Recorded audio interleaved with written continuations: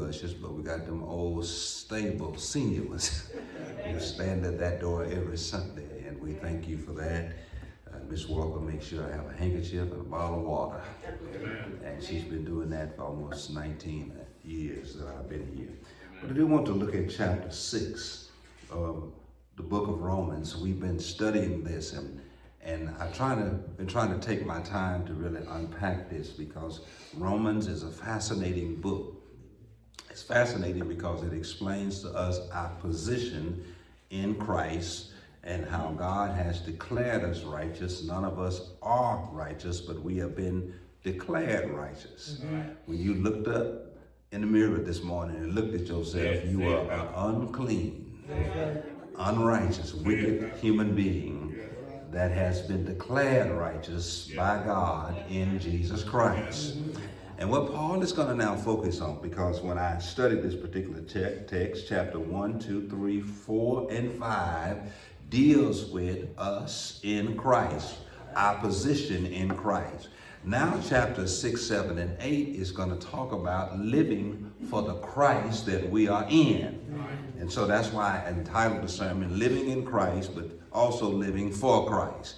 Because the focus is going to shift from living in Christ, which is our position in Christ. That's where all of us are. We are in the family of God because we're in Christ. Christ is in us. God takes his righteousness and he covers us or declares us righteous. We are not righteous, but we're righteous in him. Mm-hmm. And now he shifts from now us living in Christ, now living for Christ. So for the next 3 chapters, he's going to really talk about living for Christ. Since you're in him, you might as well live for him. God does what he has done and is doing. Now you got to do something. You got to activate your faith. Activate it. In other words, I got these cable boxes they send to you, and used to the technician will come out and hook it up for you. But now you got to take it out the box, plug it up, and then you got to call them. And you got to activate it yourself. Because if you don't, it ain't going to work. It's something you got to do. They used to do it for you. Now you got to do it for yourself.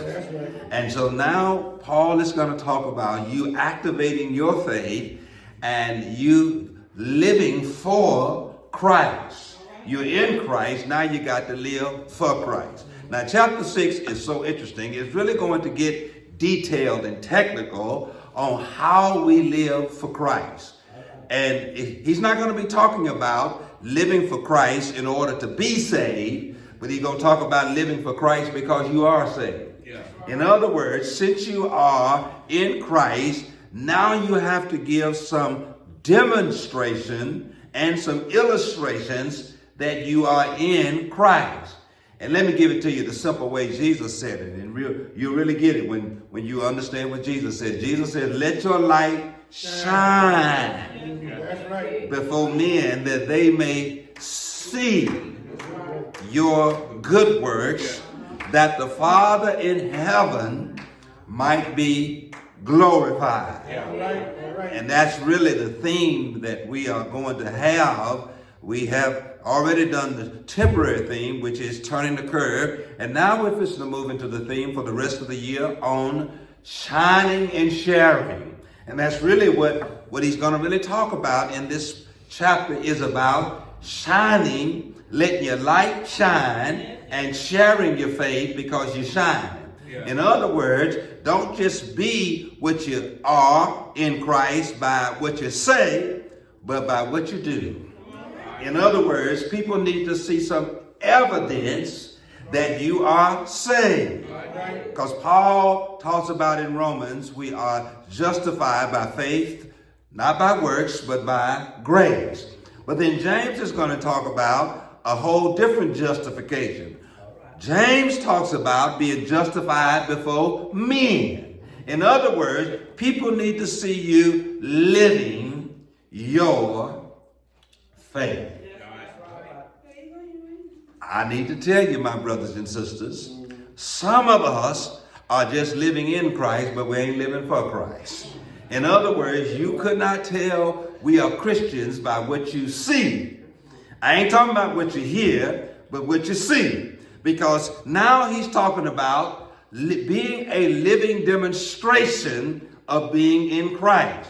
And it simply means you need to live like you say.